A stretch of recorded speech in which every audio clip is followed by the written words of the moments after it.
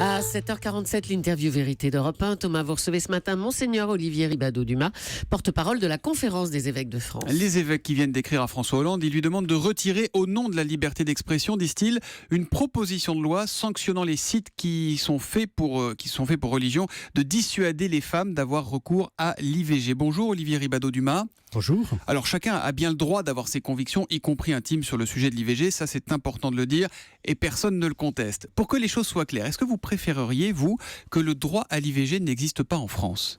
De toute façon, la question ne se pose pas puisque ce droit existe et qu'il y a une loi qui a été votée. La question, c'est que après la loi Veil, qui date de plus de 40 ans maintenant, 75. Un certain nombre d'autres lois ont été votées.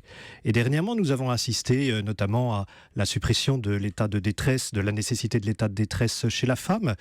En mois de janvier dernier, il y a eu la suppression du délai de réflexion. Et aujourd'hui, cette question du délit d'entrave qui pourrait avoir lieu.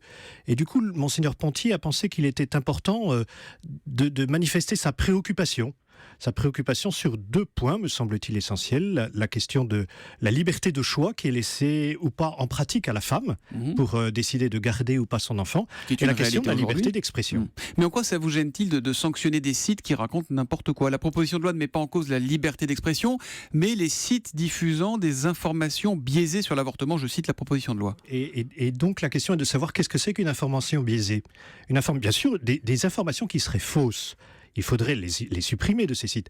Mais qu'est-ce que c'est que des informations biaisées ? Si je prends un site, par exemple, qui montre le déroulement d'une grossesse, est-ce que le déroulement d'une grossesse provoquerait une atteinte psychologique ou morale dont parle l'exposé des motifs de cette loi, telle qu'il serait susceptible d'être interdit ?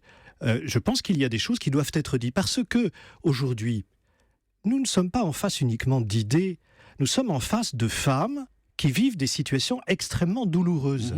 Et comment est-ce que l'on peut venir en aide à ces femmes pour leur permettre d'agir en toute liberté de conscience pour garder ou pas l'enfant qu'elles portent ? Vous les connaissez, ces sites. Le premier qu'on trouve sur Internet quand on tape IVG, c'est un site qui se donne toutes les apparences d'un site officiel, qui n'en est pas un, et dont tout le contenu éditorial, si je puis dire, vise à faire culpabiliser ou à traumatiser les femmes. Eh bien, j'ai encore regardé, comme vous l'imaginez hier, ce site. Je pense que ce site donne des informations qui sont nécessaires et qui permettent à des femmes aussi de se dire que l'unique possibilité n'est pas de tuer l'enfant qu'elles portent en elles. Tuer. Bien sûr, il s'agit de tuer. L'Église a toujours dit que l'avortement, il consistait à tuer un être donc qui était en vivant. Donc les femmes qui se font avorter, si on va au bout de la logique, sont des criminels puisqu'elles tuent. La question n'est pas de dire si ces femmes sont des criminels, c'est que l'Église a toujours dit que l'avortement était quelque chose qui était grave. Et Madame Veil, d'ailleurs, il y a plus de 40 ans, a rappelé à chaque fois que vous dites la question n'est pas là. C'était un drame, c'était un drame. Quand vous n'aimez pas les questions, vous me dites la question n'est pas là. C'est peut-être un peu facile, non ? Non, c'est pas facile parce que les questions ne sont pas faciles et parce que les situations ne sont pas faciles. Et que je ne voudrais pas qu'on fasse une polémique autour de cas qui concernent des personnes qui sont affrontées à des choix qui sont extrêmement difficiles. Et c'est pour ça que Monseigneur Pontier, le président de la conférence, a écrit au président de la République.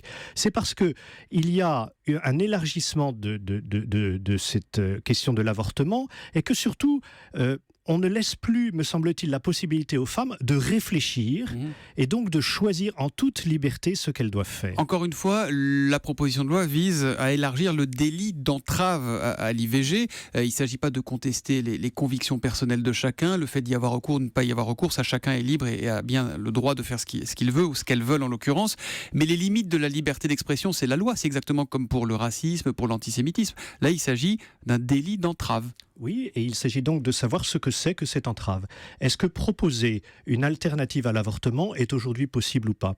Est-ce que proposer à des femmes et leur expliquer qu'il y a des aides qui sont possibles si elles gardent leurs enfants, est-ce que c'est possible aujourd'hui ? C'est ce que nous pensons qu'il est nécessaire de faire, et c'est ce que ces sites font aussi, puisque je crois qu'ils remplissent un rôle, et d'ailleurs, leur audience le manifeste. Monseigneur Ribado-Dumas, on est à quelques mois de la présidentielle. L'Église catholique de France a-t-elle envie de faire entendre sa voix sur les sujets de société ? En clair, est-ce que vous allez faire campagne ? Ce n'est pas le rôle de l'Église catholique de faire campagne dans une élection présidentielle.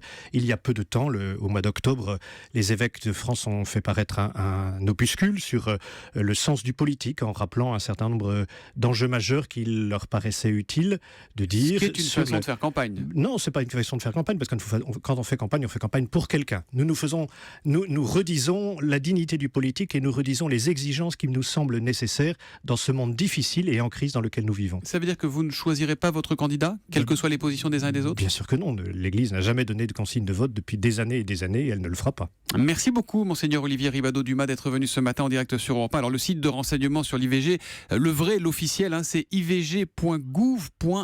Merci beaucoup et bonne journée à vous.